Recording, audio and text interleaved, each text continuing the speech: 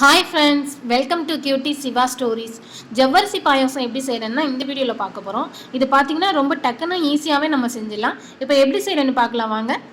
அதுக்கு முன்னாடி first time நம்ம சேனலில் வீடியோ பார்த்தீங்க அப்படின்னா மறக்காமல் கியூட்டி சிவா ஸ்டோரிஸ் அப்படிங்கிற நம்மளோட சேனலை சப்ஸ்கிரைப் பண்ணிக்கோங்க.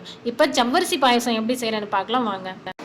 இந்த பாயாசம் செய்கிறதுக்கு ஒரு பாத்திரத்தில் ஒரு 300 ml அளவு நம்ம தண்ணி எடுத்துக்கலாம். இந்த தண்ணி நல்லா கொதிக்கட்டும். இது பார்த்தீங்கன்னா 3 பேர் சாப்பிட்றதுக்கு கரெக்டாக இருக்கும். இந்த தண்ணி நல்லா கொதிச்சதும் நான் அரை மணி நேரமாக ஜவ்வரிசியை நல்லா கழுவிட்டு ஊற வச்சுருக்கேன். இந்த ஜவ்வரிசியை நம்ம இந்த தண்ணி கூட சேர்த்துட்டு நல்லா வேக வச்சுக்கலாம்.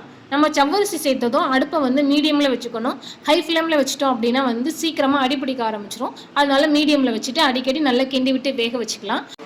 இது வெந்துக்கிட்டு இருக்கும் பொழுது இன்னொரு சைடை நம்ம இதுக்கு பாகு ரெடி பண்ணிடலாம். நம்ம பாகு காய்ச்சி ஊற்றினோம் அப்படின்னா செம்ம டேஸ்ட்டாக இருக்கும். இந்த பாகு காய்ச்சறதுக்கு நான் பார்த்தீங்கன்னா நான் வெல்லம் எடுத்திருக்கேன். இந்த வெல்லத்தை கொஞ்சமாக தண்ணி சேர்த்துட்டு நம்ம நல்லா கொதிக்க வச்சு கரைச்சி எடுத்துக்கலாம். இது பாகு பதமாக வரணும்னு அவசியம் கிடையாது. இந்த வெல்லம் இந்த தண்ணியில் கரைஞ்சா போதும்.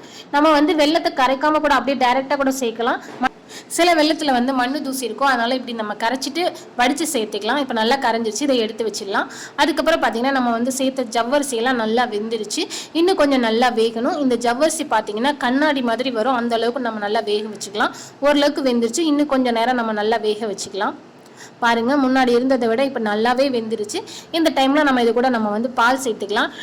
நான் இதுக்கு பார்த்தீங்கன்னா ஒரு 1/4 லிட்டர் அளவு பால் தண்ணி எதுவும் சேர்க்காமல் நல்லா காய்ச்சி ஆற வச்சுருக்கேன். அந்த பால் சேர்த்துக்கலாம். நம்ம காய்ச்சாமல் கூட டைரெக்டாக சேர்த்துக்கலாம். ஆனால் காய்ச்சிட்டு சேர்த்தோம் அப்படின்னா இன்னும் கொஞ்சம் நல்லா டேஸ்ட்டாக இருக்கும்.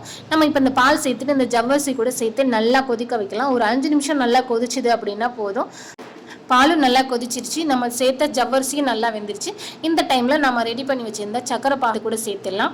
சேர்த்துட்டு ஒரு 2 நிமிஷம் வரைக்கும் நம்ம கொதிக்க வச்சுக்கலாம். ஏன்னா நம்ம ஏற்கனவே சக்கரை நல்லா கரைஞ்சிருச்சு. அதனால் ஒரு 2 நிமிஷம் கொதிக்க வச்சுட்டு இதுக்கப்புறம் இது கூட நம்ம ஒரு 3 ஏலக்காவை நல்லா நச்சுட்டு சேர்த்துக்கலாம். நம்ம ஏலக்காவை நச்சுட்டு சேர்த்தோம் நல்லா வாசமாக இருக்கும். அதுக்கப்புறம் நான் ஏற்கனவே நெய்யில் முந்திரியும் திராட்சையும் வறுத்து வச்சுருந்தேன்.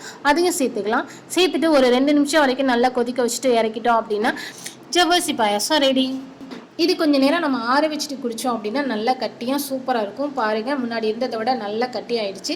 இந்த டைமில் நம்ம எடுத்து குடித்தோம் அப்படின்னா செம்ம டேஸ்ட்டாக இருக்கும். இந்த மாதிரி நீங்களும் ட்ரை பண்ணி பார்த்துட்டு எப்படி இருக்குன்னு சொல்லிட்டு இந்த வீடியோ கீழே கமெண்ட் பண்ணுங்கள். இந்த வீடியோ பிடிச்சிருந்தா லைக் பண்ணுங்கள். அப்படியே மறக்காமல் கியூட்டி சிவா ஸ்டோரிஸ் அப்படிங்கிற நம்மளோட சேனலை சப்ஸ்கிரைப் பண்ணிக்கோங்க. நெக்ஸ்ட் ஒரு நல்ல வீடியோவில் சந்திக்கிறேன். பாய்.